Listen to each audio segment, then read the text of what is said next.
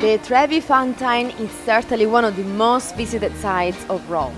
But even though thousands of tourists come here every single day, only some people are aware of a little secret that the Trevi Fountain holds. When you're facing the Trevi Fountain, look to its right side. Can you spot a little empty walkable space? If you look even more carefully, you'll also notice a small fountain.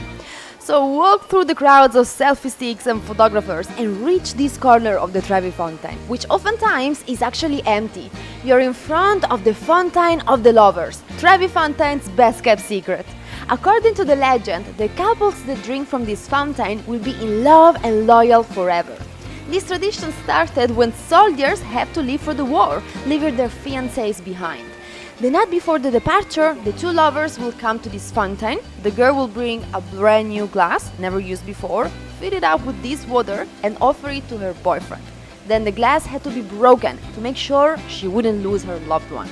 Legends aside, this little fountain was made to allow people to drink the water of the fountain, which would be otherwise impossible to reach from other points of the Trevi Fountain. So next time you're in Rome, toss the coin, but don't forget to also drink from this little fountain. And you, did you find the Fountain of the Lovers when you were here? Let us know in the comments!